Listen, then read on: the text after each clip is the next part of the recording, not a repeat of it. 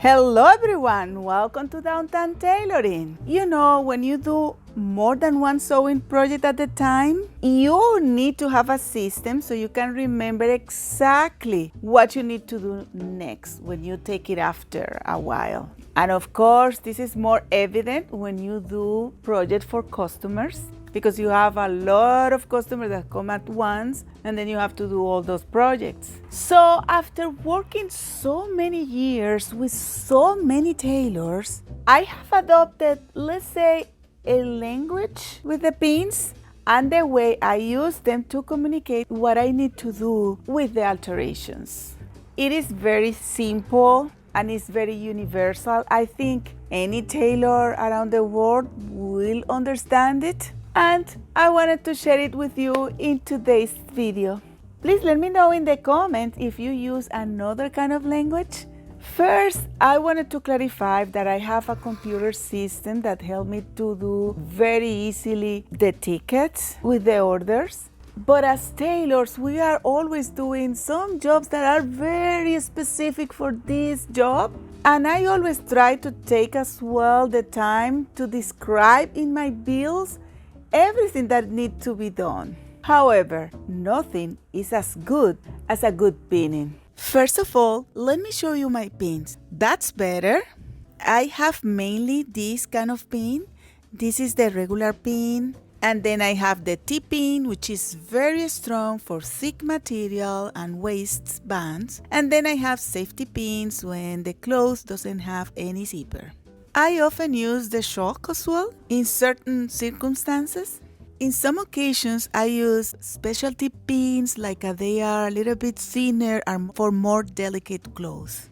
The first thing I have to say about the pin is that we use it mainly to grab attention to a spot that we need to fix or alter or do something there. A customer comes in and shows me how the garment has a hole or a rib, and I'll pin it right away. This is very important for different reasons.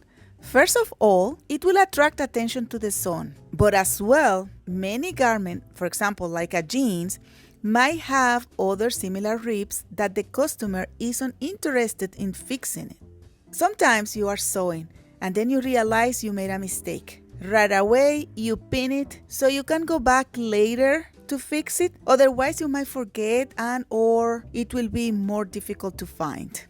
You can be pinning a customer in a place and then they will tell you that another part of the garment needs to be repaired as well, like a button, for example. Right away, I place a pin there. Otherwise, I will forget about it later. And you can use your pins as a little more communication system. Pins that are parallel from a seam or coming out from it, it will clearly tell us that you need to take in this seam by this amount. When I need to do a hem, I use crisscross pin to mark the length. Sometimes, just to show to the customer, I pin all around. But sometimes when you do those pins, they are not really completely straight or perfect. So I make sure still to do one crisscross that will be the real length, and then the other are just for show. If I'm taking in the waist on a jeans, for example, I use the T-pin, which is so strong, and then I use the regular pins for the rest. In this case, for example, I have one horizontal pin. That means that I cannot take anything from this down because the pants is almost tight for the customer. In this case, for example, when I stop with a parallel pin like here, what that means is that I couldn't pin too low. So I will have to go down in a following the same line until my seam encounter the original seam. In this case, for example, I was able to go until the pin finished without any problem because it finished a little bit high. Let me show you this fabulous dress. As you can see, it's pinned just beside of the seam. And what does that mean? I have to push all this material It's not a matter of just taking. I have to do that as well. So pretty much what I do is to open the collar, and then from the seam I will mark what I need up, and then I will sew everything back, and here you go. Now you see it's very nice for my customer. This is another example of the same thing.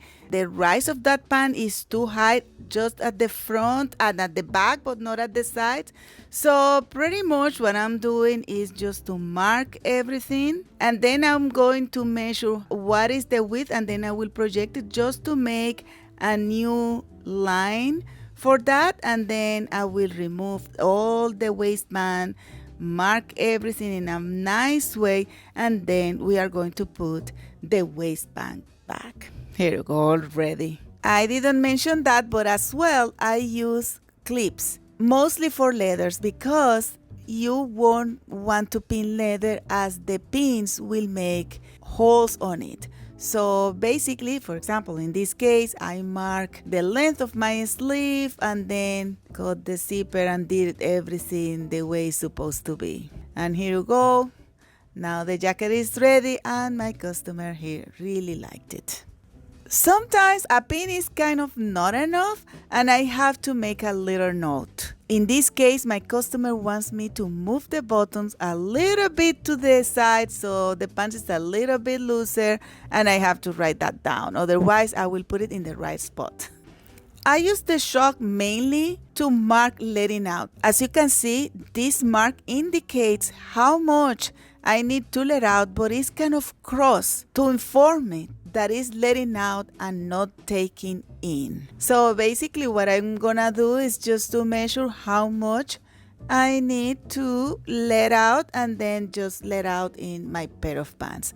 I don't know if I have done a proper video about waist in man, but it's just so easy. You couldn't imagine.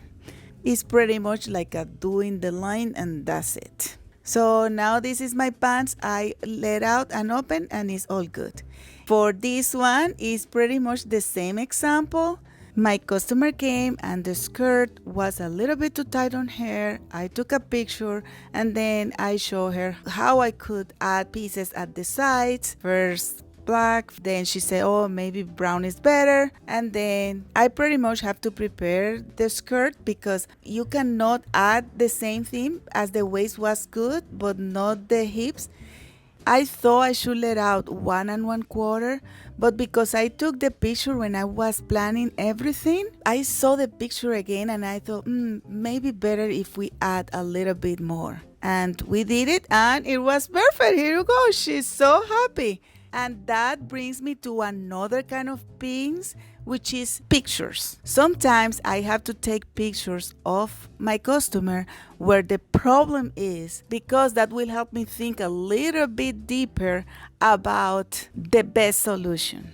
In this case, it's very important. For example, I mark the pins until the floor, but the thing is that dress is not even on my customer. So there is a point that I have to add material to demonstrate that is not touching the ground in certain place. In this case, the sleeve on this blouse are too long, but it has such a nice embroidery that you don't want to shorten from the bottom. So I'm going from the top, but the way I mark here is just the measurement only. I used to just put it this way with the safety pins, and usually I knew, but lately, as I made a mistake, I always mark measurement only. These are pants that somebody else pinned for me, and they just gave them like that way, but still you can understand and you can do it. This is another case that I cannot mark with the pin per se. These pants need to be lengthened, so what I do is I add a piece of paper or anything, and then I will pin as much as the pants need to be lengthened. I try to mark it with a pen or something, because sometimes you can remove the papers before taking the measurement, and then you won't be cut. And here you go. In one case we could lengthen, and the other we have to put a false hem. Of course, there are so many more ways to mark and understand what you need to do.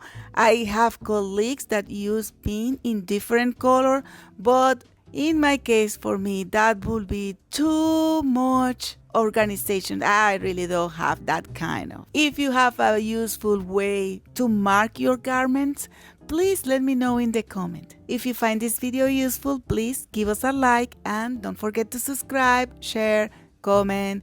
Bye!